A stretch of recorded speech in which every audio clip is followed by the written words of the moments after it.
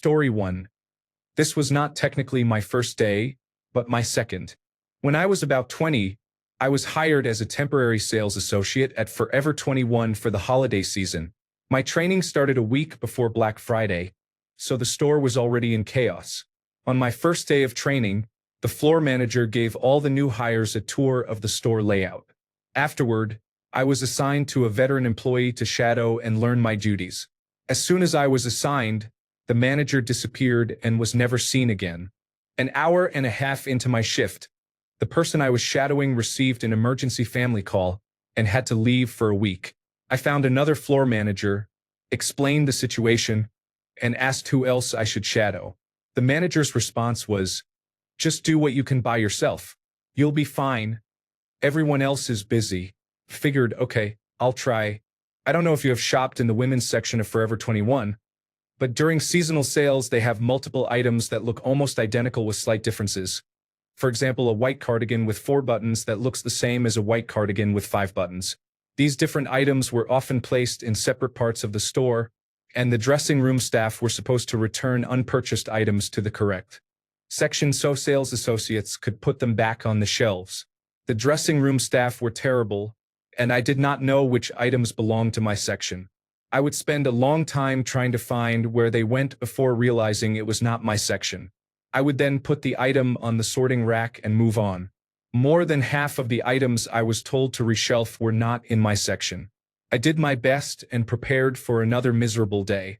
The next day, the store manager called me into her office and told me I had been slow the day before, and that if I wanted to keep working, I needed to be much faster. I explained my lack of training and unfamiliarity with the store, and she told me that if I did not know where items belonged, I should come in on my own time and memorize where things were. I spent the rest of my shift putting clothes in random places and did not return for a third shift. I quit and had no desire to return because of their management. Story 2. I used to work at a craft store as a cashier but quit when I moved. I went back a couple of years later to make some extra money, this time in the framing department. During the interview, they promised I would only be a backup cashier because I refused full cashier shifts. My first shift. After the interview was listed as framing, but I was put on the register and told most of my shifts would be as a cashier since they had found someone else for framing. I spent the next 6 hours giving everyone at my register a 20% discount on everything, and then I never returned. Story 3. My first internship was at a Brazilian teen detention center. It is akin to a prison, although Brazilian law distinguishes crimes committed by adults from those committed by teenagers, who go through socio-educational measures. I was walking through a courtyard with my supervisor when some doctors came running, flailing their arms and screaming, while officers ran from the opposite direction. My supervisor pulled me and told me to run back to our office. Teenagers as young as 12 had escaped their housing unit. A few minutes later, an officer knocked on the office doors and yelled for everyone to run outside because a fire had broken out. Some of the teenagers had set mattresses on fire in their cells. I did not back out. My teacher did. She had not even been there that day. The university required me to choose another place to complete my internship. Story 4. I was 17 and working in precast concrete. I refused to use a badly rusted ladder. The supervisor called me a coward. He climbed about 7 rungs before his foot went through one. I heard it snap as he fell. I called an ambulance and walked to my car in the parking lot. Story 5. It was not exactly my first day, but I did not return after the second shift. It was a popular cafe chain in my country. I was hired to work in the kitchen as a cook alongside a senior cook. Putting aside the fact that I had no cooking knowledge, the senior cook kept leaving the kitchen every 5 minutes to smoke. There I was, alone in the kitchen, orders were printing fast, and I did not know what to do first. A waitress came over, yelling at me to cook dishes I was not qualified to prepare on my own. Later, the senior cook told me they had at least 2 rats running around the kitchen and showed me that one had pooped on a plate. I never went back, and I am glad the place was shut down. Story 6. On the first day working at an Amazon warehouse, the managers explained to everyone how a 15-minute break works. Walking to the break room takes 2.5 minutes, then you get 10 minutes of actual break, and 2.5 minutes to return to your station. Took me 2.5 minutes to walk to my car, and I took a much longer break. Story 7. I had a summer job working for a landscape architect. When I arrived at the job site, he asked me to dig a hole in rocky soil. I asked for a shovel and a hand spade, but he had neither. He told me to dig the hole with my bare hands and then drove off to another site, leaving me completely alone. I dug for a little while and then quit. Had the job specified that I needed to supply my own tools, I could have provided them, but it did not.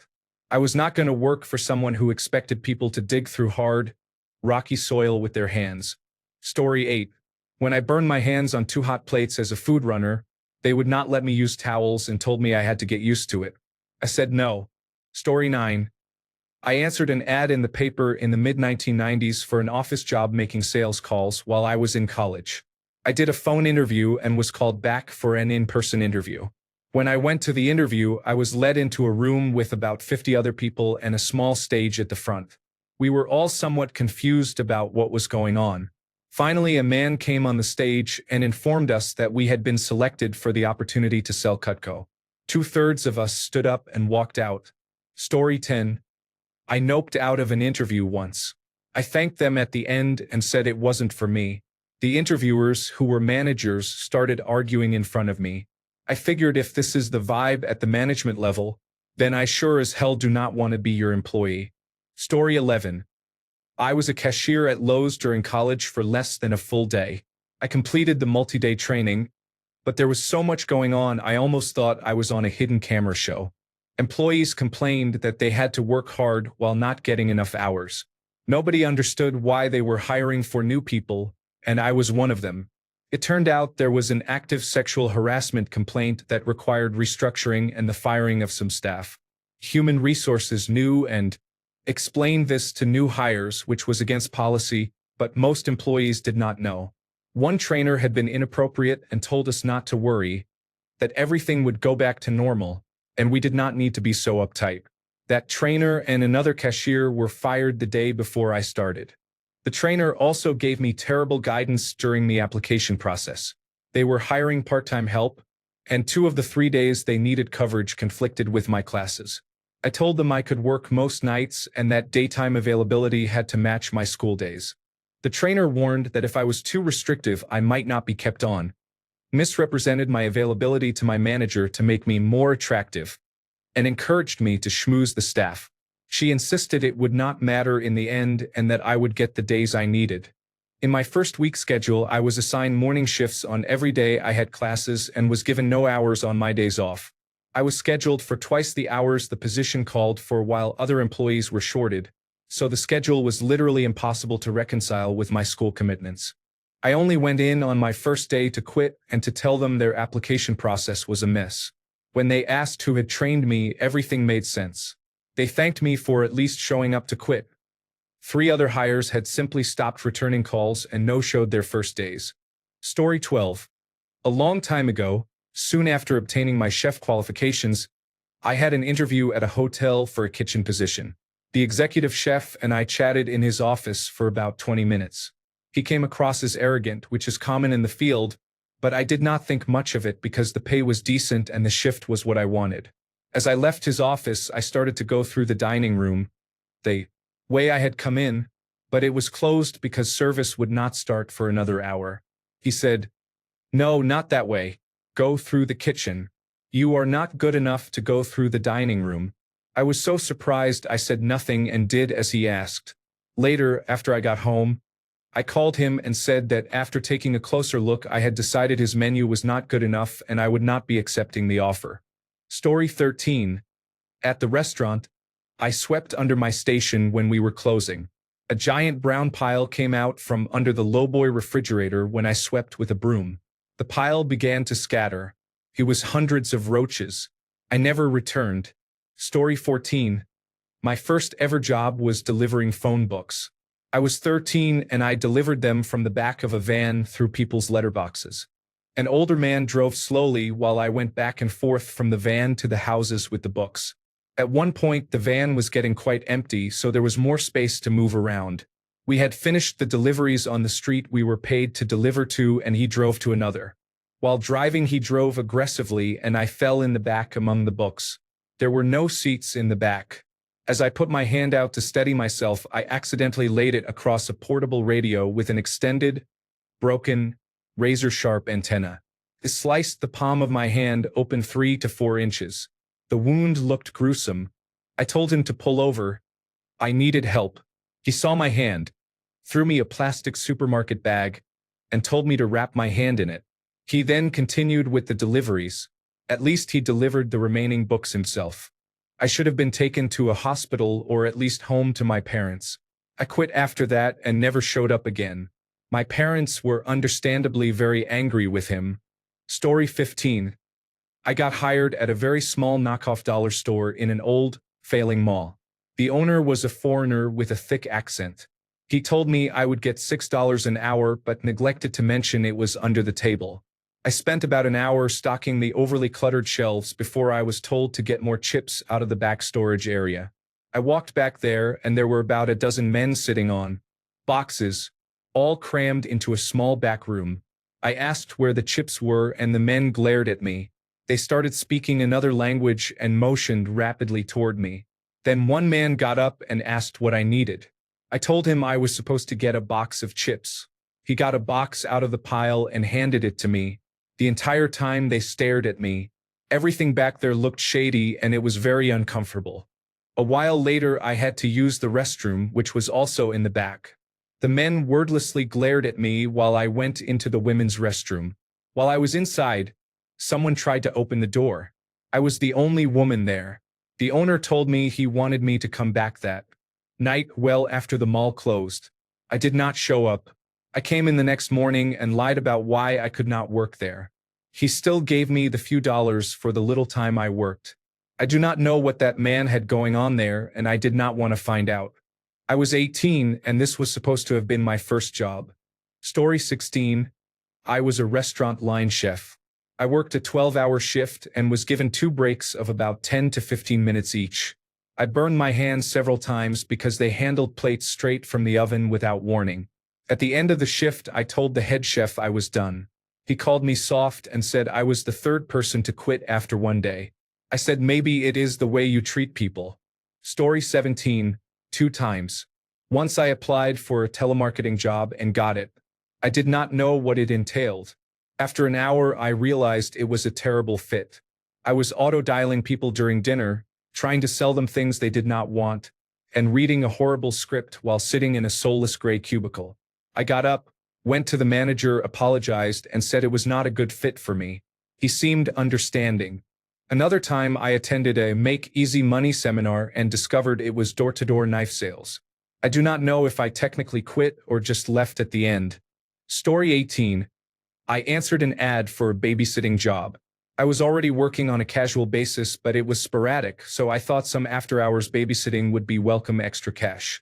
The couple were both in the military and told me I would be staying in the spare room, looking after their 6-month-old child around the clock, and doing the housework. I would have 1 day off every 2 weeks. They said it would be cash in hand and suggested I sign up for unemployment benefits to make up the rest of the money. I left immediately. They wanted a live-in housemaid and nanny, not a babysitter, and they could not afford one. I do not know why they expected me to fund their household by signing up for unemployment benefits. Story 19. I applied for a job at my longtime favorite restaurant. I had celebrated my birthday there every year. The owner asked me to come in for a tryout because I had said I was looking at other job possibilities. I came in and they put me on dishwashing for an hour, no big deal. Then their dishwasher did not show up, so the kitchen manager asked me to stay on for their lunch rush, saying I would be paid for the hours. I agreed. The kitchen staff was nice, so I was happy to help even though I planned to take a different job. I filled out a time card at the end of the shift and told the manager I probably would not be back. He understood and thanked me for the help. A couple of weeks later, he told me to email the owner after I asked him if I should pick up my paycheck. I did, and she basically told me to fuck off over text. She said it was staging, and that she had told me I would not be paid. I responded that I understood that, but that I had stayed an extra 3 hours, which I was told I would be paid for. She stopped responding. I decided to pursue the matter with the state labor department. An investigator went in and made her pay me for the hours, including the first staging hour. A couple of weeks later, I got my $40. I never went back to that restaurant. 2 years later, I do not consider that petty. I am very glad I did it. Sharing the story with others in my city, I learned this practice was common among local restaurants. I hope others learn to stand up for their labor from my small experience. A couple of weeks after I got that paycheck, the restaurant closed. The owner posted a long-winded complaint on the Facebook page about how the food culture in the city had changed and her restaurant no longer fit in, which I think was not true. Most people believed the terrible mismanagement and employee abuse had caught up with her. Story 20. I was the only waitress at a newly opened diner. The owner did not have me sign any paperwork. Everything was off the books. That was not why I quit at the end of the night. To get me where he wanted me to go, he would pinch my skirt on my upper thigh, almost at my butt, and pull me around like a leash. If he needed me in the kitchen, rather than call, he would come out, pinch my skirt, and pull me there. If he needed me at the cash register, he would come over wherever I was, even while I was serving a customer, and grab my skirt to pull me. That behavior made some customers uncomfortable. One couple left an almost 50% tip, which I think was more out of pity and embarrassment for me. I was supposed to come in the next day, but I called that night and said the job was not for me. A couple of days later, I returned to turn in my apron, and he took a wad of cash from his pocket and paid me then and there. He was creepy. Quitting felt like the right decision. Story 21. The microwave in the lunchroom was coin-operated. Story 22. I had an orientation for an alarm company. The next day, the manager called and said not to go into the office and to meet at Planet Hollywood. They like to get to know employees over lunch. When I went to the office, another employee I had not met said, "You must be Scandal 929. I asked, "Huh." They said the manager had described me as light-skinned, pretty boy. In the same conversation, I learned that no one else had ever been invited to a get-to-know-you lunch. I'm out. Story 23. I accepted what was presented as a prestigious political internship that included a security clearance. At orientation, I learned that the part-time internship required 40 to 60 hours per week, was unpaid, and that no intern had later been hired by the organization or received meaningful advantage for other federal positions. We were expected to facilitate meetings with heads of state, coordinate conferences, and assist staff in composing published research papers for which we would not receive credit. They were definitely drinking their own Kool-Aid, so I left. Story 24. I interviewed for a professional marketing assistant position and got the job right away. I assumed I would assist the man who interviewed me. On my first day, the waiting room from the previous day was full of people. I quickly learned that we had all been hired and that I would be a door-to-door salesperson selling what I considered useless products. I spent the entire day in a Starbucks applying for other jobs, went home, got paid, and never went back. Story 25. It was a small independent insurance agency in 2006. On my first day, the owner, a true fossil, said email and fax were strictly forbidden because he only believed in communication in person, by phone, or through the mail. I left for lunch and never went back. I could not imagine the inefficiency I would have dealt with had I stayed. They ultimately closed their doors, so it was the right decision. Story 26. I worked as a salesman for Kirby Vacuums. My first sales call was to an elderly woman who was supporting her son in the hospital. We got in the door by offering a free carpet cleaning demonstration. The supervisor training me pushed repeatedly to make the sale until the woman was in tears. Just as she was about to sign the paperwork, I asked if she actually wanted the vacuum. She said it was lovely, but she could not afford it. I took the paperwork away from her and told her not to worry. Outside, I told the supervisor I quit. He replied that I would have been fired anyway. No love lost. I stayed for half an hour, playing on my phone to make sure the supervisor left. He was a real piece of work. Story 27. I was not the usual worker but was training a new employee at a movie theater. A customer asked for extra butter. She was pleasant, the kind of customer I would happily serve all day. The new employee put the popcorn tub down, said he was going to the bathroom, took off his apron, walked out the front door, and never came back. Story 28. I worked in a hotel for a day. No one told me where anything was, but I got chewed out for it. Guests enjoying their meals told me to pay no mind. They said I was doing a good job and that my boss was a cunt. I told the manager I was quitting and would not be doing the next shift. I arrived the next day to return my work uniform, and my supervisor yelled at me for being late. I told her I had already quit, but if I were working, technically I would have been 5 hours early for my shift. They were absolute nutcases. Story 29. At a gas station, the manager gave me a weird vibe. I made it through the first day but did not go back. I later found out he had cornered another woman in the back of the store and she had to fight her way out.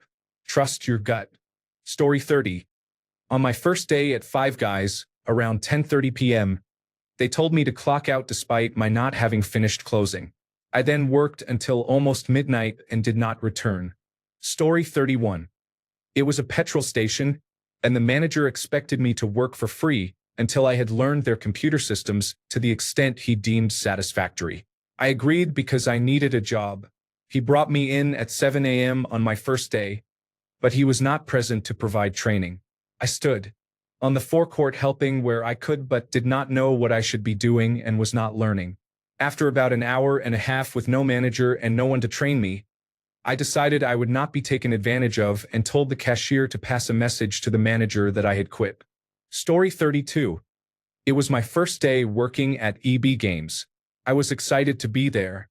The first half of my shift was basically tidying the shelves. It was a high-traffic location, so the shelves always needed tidying. After 5 hours of following children around and putting things away, I went on break. When I came back, my manager was standing in his strangely empty store, absolutely aghast, staring at a huge steaming pile of feces on the carpeted floor. Apparently, a homeless person had walked in. Without saying a single word, he dropped his trousers and defecated. My boss looked at me and said, "Oh good, you're back. Just in time. Clean that up. I'm going for lunch." I laughed and told him he couldn't be serious. I was not going near that. He replied, "It's your job. I'm taking a break. I want it gone before I get back." I told him he was going to have to deal with it on his own because I did not need the job that badly. So I quit. I grabbed my coat and went home. 1 week later, the district manager called to apologize and offer me my job back. Story 33. Young and naive right out of college. I took a marketing job. My interview was great. Nothing shady seemed to be going on and there were no immediate red flags. After 4 hours of training, my first day consisted of going door to door in a suburban town trying to sell cable to older people. We were told to dress for business, so I hiked for miles in my best skirt, suit jacket, and heels. Hours were listed as 9 to 5, but we did not get back to the office until well after 10 o'clock at night. The person I was shadowing was able to make a sale to an older gentleman who seemed to have memory issues. I left immediately. Story 34. I was hired at a chain restaurant as a hostess. I was excited because my previous job was washing dishes, and I had to quit because my eczema made it too painful. On my first day, I arrived dressed to be a hostess, but the staff sent me back to the kitchen to wash dishes because the dishwasher had just quit. I left immediately. Story 35. They hired me for a full-time position after an interview. I was trying to quit a horrible job, and this position was on the other side of town. I needed enough money for the bus pass and to cover the difference after quitting my old job. They gave me my schedule.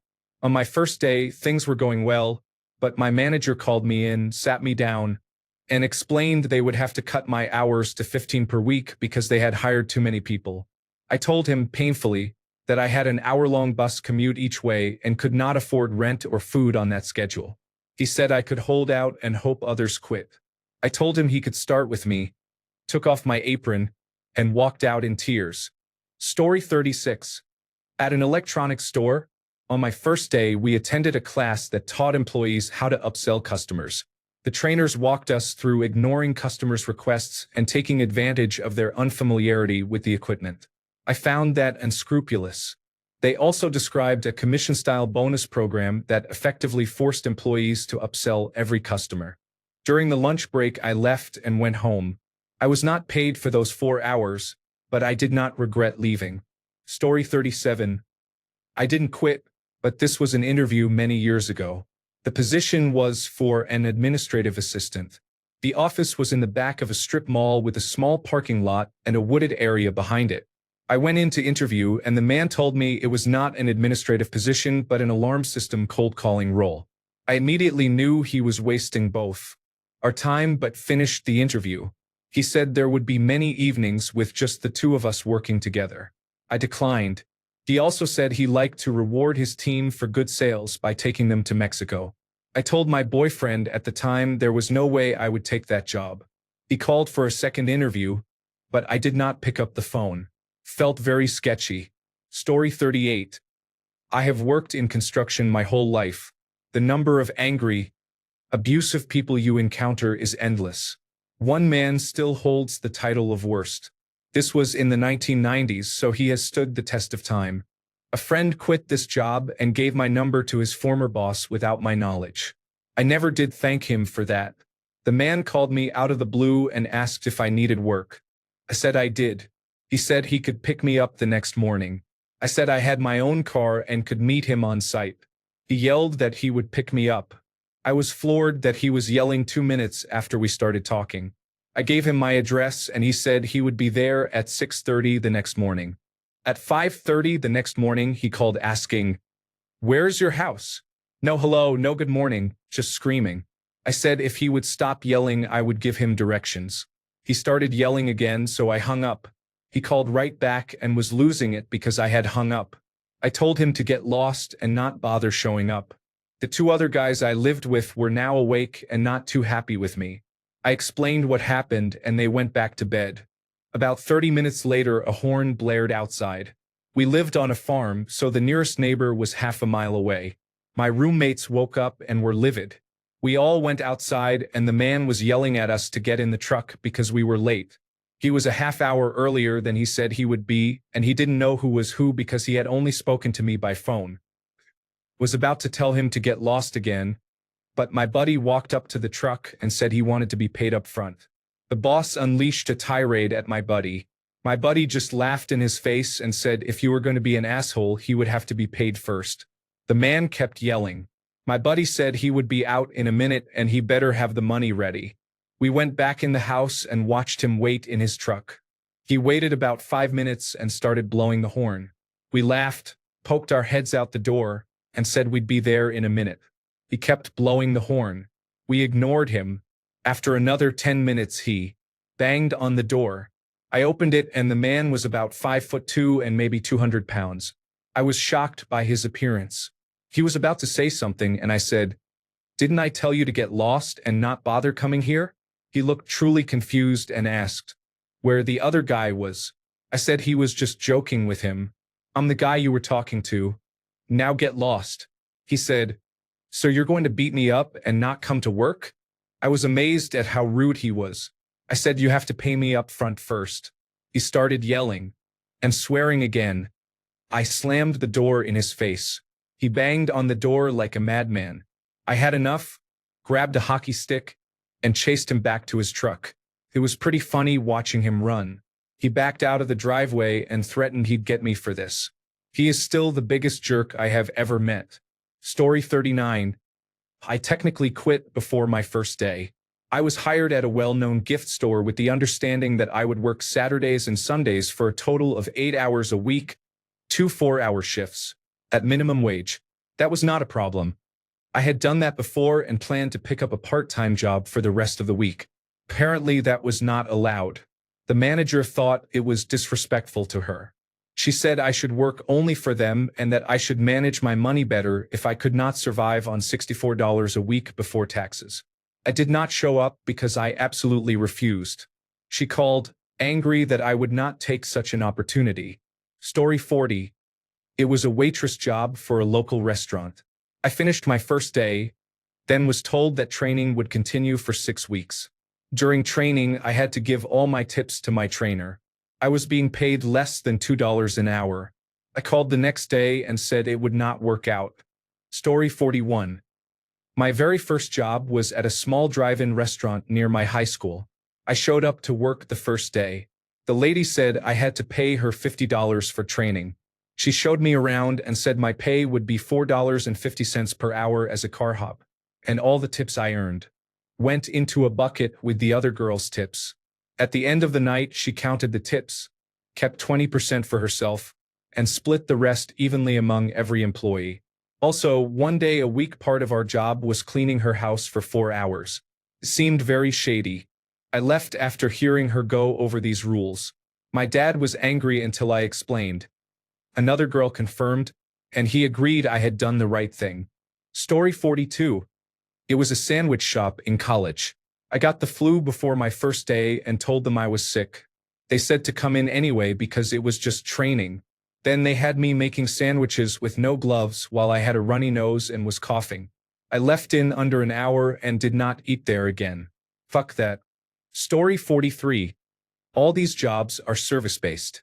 People do not understand why workers in the service industry are not returning to work. Story 44. I had 2 interviews for a housekeeping job at a hospital. After the second interview, the manager called around midnight and said he was so excited he wanted to tell me he would call the next day to offer me the job. I should have taken that as a red flag, but I needed the job. On my first day of training, he had printouts of my Facebook wall and my boyfriend's Facebook profile. He asked how long we had been together and made it clear he knew everything, so I should not lie to him. It was very uncomfortable. After some training, we broke for lunch and he sat with me in the cafeteria, asking how it was going. Then he told me he expected to see me at his church on Sunday. I hadn't gone to church in about 10 years. We had a quick meeting in the main room. After everyone left, I put my badge, keys, and radio on the desk and left immediately. I felt bad, but it was no wonder they could not keep anyone. He called me for months afterward asking what had happened and saying he was worried and deserved answers. I had called their human resources the day after I left to say I quit and explain why, so they must have told him. He had no reason to keep contacting me. This happened over 7 years ago. I was 20 and pretty naive at the time. I was more concerned with finding work to keep my apartment than with escalating the situation. I had another part-time job then. I told that boss what happened and he pulled some strings and got me in full-time. I still have and love that job. It's where I met my husband. The hospital's human resources representative comes into my store a lot and she is very sweet. I believe he has not worked at the hospital for a few years. Story 45. I was a cashier at the cafeteria for a large company in my town. Employees put their tips in a bucket and they made a lot of money, so there were 10s and 20s. The manager would not let me have any of the tips because she said cashiers could not be trusted, and she sent the tip money to a church in El Paso. I immediately knew this was an outright lie and I never went back. I believe it may also be illegal to collect money for one purpose and use it for another without disclosing who or what it is for. Story 46.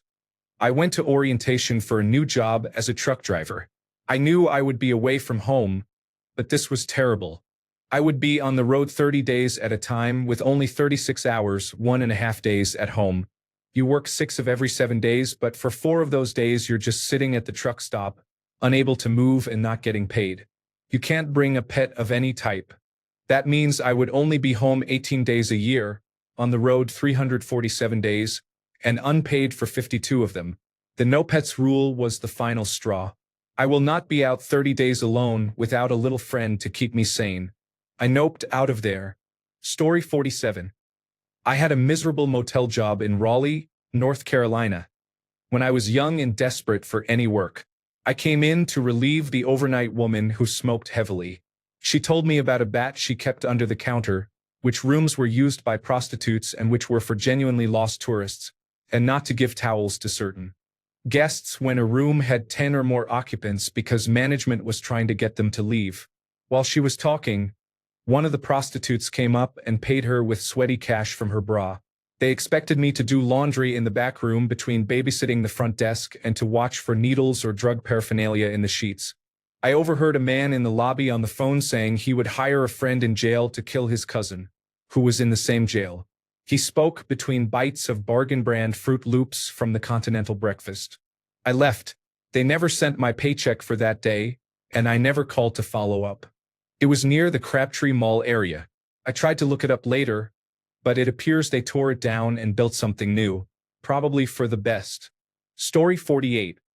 My first job was at a buffet restaurant popular with senior citizens and known for its desserts. I was asked to get a coconut cream pie from the back. As I took it from the refrigerator, a coworker bumped into me and I dropped the pie, filling side down on the floor. A longtime employee suggested scraping off the whipped topping and replacing it, which horrified me. They served a pie that had been on an extremely dirty floor, and I never went back. Edit to add. Since you were guessing, it was an independent local place, not a chain. Story 49. At the daily meeting, a manager said that if they found out who had put a paper bag containing human waste in an employee's locker, there would be consequences. Story 50. I took a summer job at a textile plant. The trainer said, "Forget about taking a break if you want to stay caught up." Story 51. I was training a new lifeguard. After our shift, we had mandatory staff training for the entire crew, where we practiced rescues. When she found out we actually had to practice and go in the water, she walked out. I am not sure what kind of job she thought she had signed up for. Story 52. It was my second day.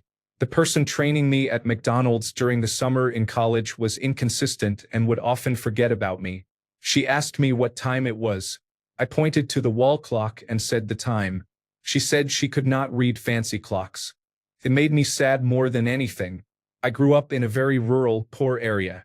I realized she was not just having an off day. Her poor training meant she would be my supervisor. I did not return for my third day.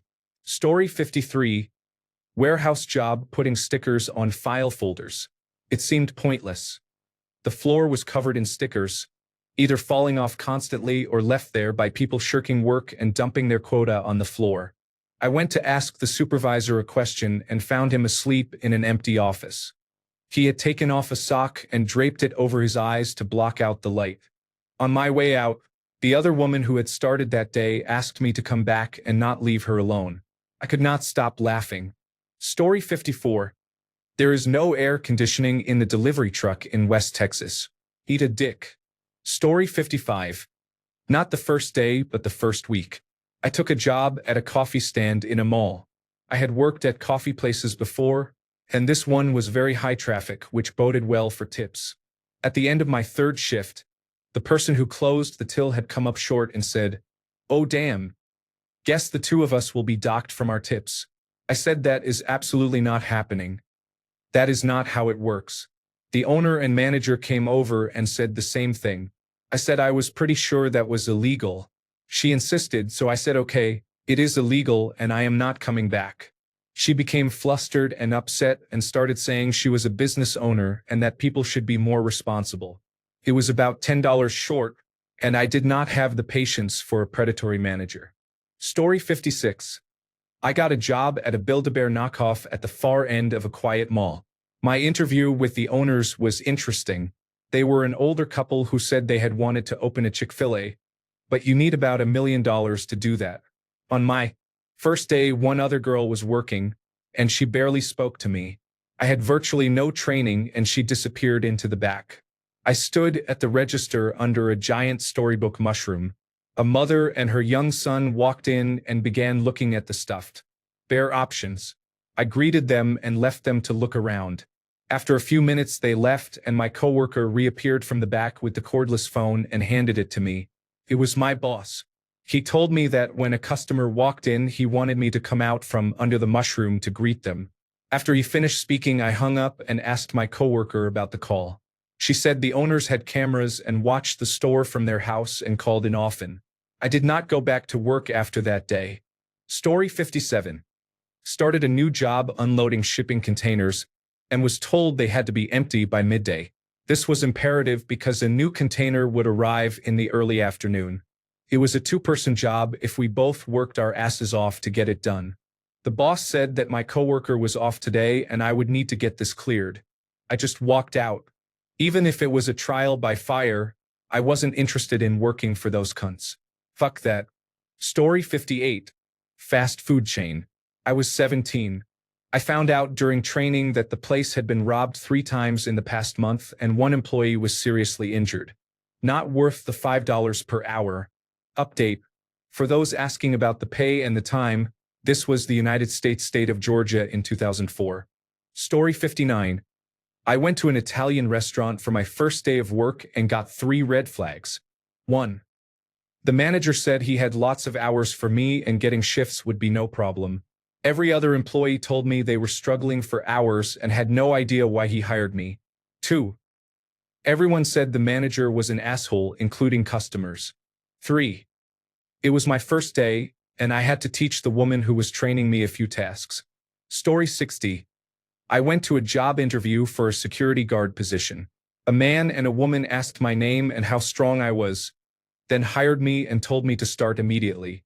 Alarm bells rang. 2 questions into the interview and I was expected to start working with no further discussion.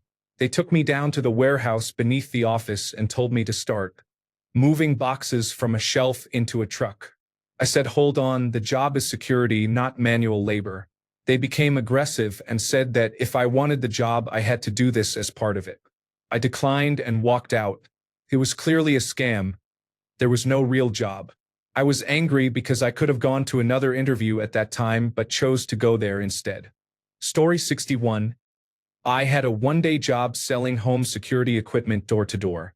The goal was to make it seem like you were doing a service and then lock customers into 5-year contracts. My supervisor and I were in the home of a family who spoke little English. The father said they had been struggling financially, but my supervisor kept pressing the sale and the father did not seem to fully understand what was happening. I could not, in good conscience, take advantage of people who were already struggling and put them in a worse position. Story 62. A worker was unloading a skid steer loader, a bobcat, from a trailer and had the bucket in the wrong position, causing it to tilt backward. I stepped back to avoid being crushed, but another worker stepped forward and put his hands up to try to stop the several thousand-pound machine from tipping. It did not tip over, but I decided I did not want to work there and did not want to be injured by my colleagues' dangerous behavior. Story 63. I was hired as a cook at a country club in Miami, Florida, in 2002. It was the grossest kitchen I had worked in the United States, though I had worked in worse kitchens elsewhere. Most of the food in the coolers was rotting. There were ants on the cutting board where they had me work, and the person training me picked up a towel from the floor to push the ants aside so I could continue. Much food that should have been refrigerated was left out. The walk-in freezer door would not close because of heavy ice buildup. I felt nauseated the whole time. I finished the day but did not return for a second day. The chef called and I told him I would not come back.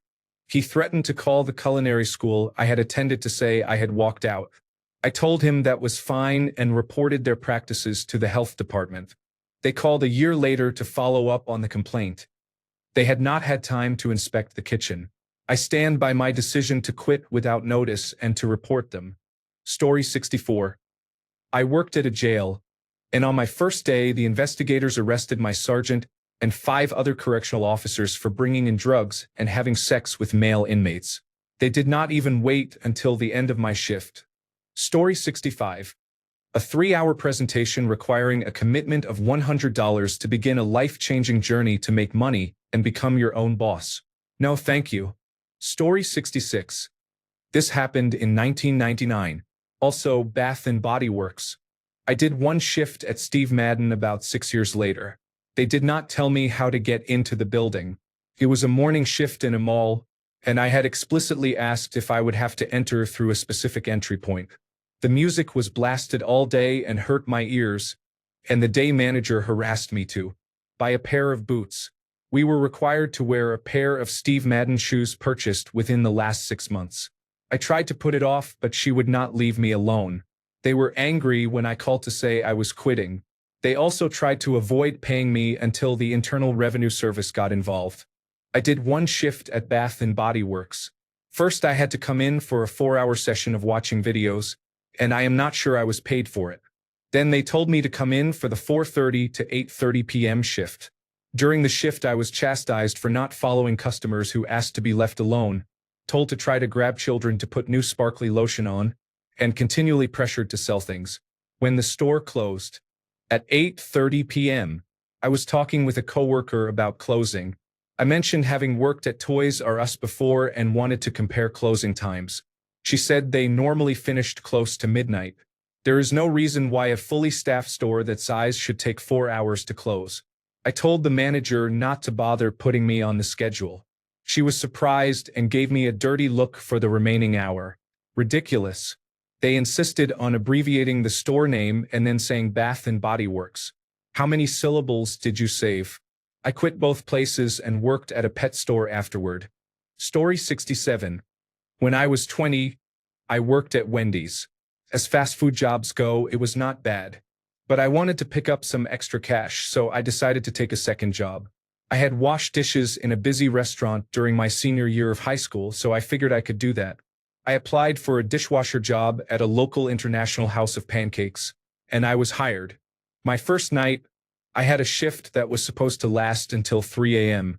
I knew that was pushing it because I was scheduled to clock in at Wendy's at 9 a.m., but I figured I could get a few hours of sleep and be fine. 3 a.m. came and went, and the person who was supposed to relieve me never showed up. I ended up working until 6 a.m. By then, there was no point in going to bed, so I stayed home for a few hours and then went to Wendy's to start my shift. I was lucky I did not fall asleep behind the wheel on the way there and back. Later that evening, after I got some sleep, I drove down to the International House of Pancakes and quit. I decided it was better to stay alive than to make some extra money, and so far that decision has proven correct. Story 68. A friend and I got jobs at a Maytag assembly plant assembling ovens. They put me on the line clipping wires to the stovetop, and about 8 hours in I could not close my hand anymore. We had a scheduled break at that time, so I told the line supervisor my manual dexterity was gone. I said I understood it would take a while for the finger muscles to adjust and that I was willing to continue working, but I asked to swap positions with someone else on the line for the rest of the day. She refused. I repeated that I could not do the task anymore, said I would come in the next day and work as long as I could, and again asked to trade places with the person next to me for the remainder of the shift. My friend, who had been listening, offered to switch. She still refused, so I quit. My friend, who worked on the same line, said he would quit too because he was my ride to and from work, and we walked out. I guess they would rather lose employees than let muscles be conditioned to the task. Thanks a bunch for sticking around till the end of the video. Remember to subscribe, and until next time, stay awesome and goodbye.